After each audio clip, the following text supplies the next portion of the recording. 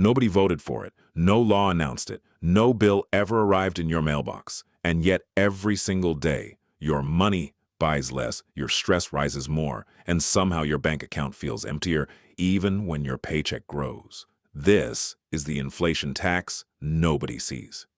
But the real danger isn't just higher prices. It's the hidden psychology that makes inflation quietly rewire your behavior, turning smart people into emotional spenders, middle-class families into silent strugglers, and normal lifestyles into permanent financial traps. Because inflation doesn't just attack your wallet, it attacks your mind. Part 1. The invisible pay cut. Inflation is often explained with boring charts and government numbers. 2%, 5%, 8%. But psychologically, inflation feels like something much darker. A pay cut disguised as normal life. You still earn the same salary, maybe even more than last year. Yet groceries feel heavier, rent feels crueler, coffee feels strangely expensive, and this emotional gap creates one dangerous thought. I work this hard, I deserve something. That sentence is where the invisible tax begins.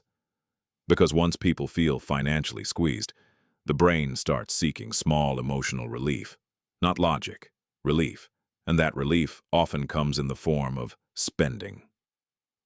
Part 2. Dopamine. Spending under stress. When inflation creates chronic money anxiety, the brain becomes more vulnerable to dopamine spending. A package delivery, a DoorDash meal, a flash sale, a little treat. Not because the item matters, because the feeling does. Inflation makes life feel unstable, so people unconsciously buy certainty, reward, and control. That's why, during financially stressful periods, many people actually spend more, not less. It's emotional self-medication. The purchase becomes a temporary antidote to the fear of falling behind. For a few minutes, the brain stops thinking about gas prices, rising debt, and shrinking savings. It just feels good. But the next morning, the inflation tax hits twice. Once through higher prices, and again through emotional spending. Part 3. Lifestyle. Inflation, the trap of normal. Then comes the second layer, lifestyle, inflation. This is where rising prices and rising income work together to create the illusion of progress. You get a raise, but your standards rise faster. A better neighborhood, a newer SUV, organic groceries, luxury skincare, more takeout because time is money. Soon, survival costs become identity costs. What once felt like a luxury now feels like baseline living. And inflation makes this worse because every upgrade feels justified. You tell yourself, this is just what life costs now. Sometimes it does, but often it's a hidden emotional adaptation. Your brain quietly redefines comfort as necessity. That's how people earning six figures still feel broke. Not because they're irresponsible, because inflation changed their definition of normal. Part 4. Social media makes inflation feel personal. Now add the most dangerous amplifier of all, social media. Inflation used to be a private struggle. Now it's compared in public.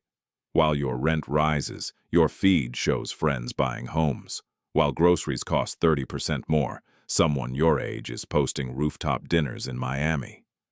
The brain stops asking, "Can I afford this?" and starts asking, "Why am I behind?" This is status pressure under inflation. When prices rise, people don't just fear poverty, they fear visible downward movement in social rank, so they spend to preserve identity. The nicer clothes, the upgraded phone, the trendy restaurant, the luxury gym, not because it builds wealth, because it protects self-image. Inflation turns ordinary insecurity into competitive spending, and social media pours gasoline on it. Part 5. Emotional money decisions feel like survival. This is the part nobody talks about. Inflation changes decision-making speed. When everything feels more expensive every month, people develop scarcity urgency. Buy now before it costs more later. Take the vacation now before prices rise. Finance it now before rates go higher. Some of these decisions are rational, but many are emotional reactions to fear. Inflation creates a survival mindset, and Survival mode makes long-term thinking harder. Saving feels pointless. Investing feels delayed. Impulse purchases feel justified. The mind shifts from strategy to relief, from planning to coping, and over time, this invisible tax steals something bigger than dollars. It steals future optionality.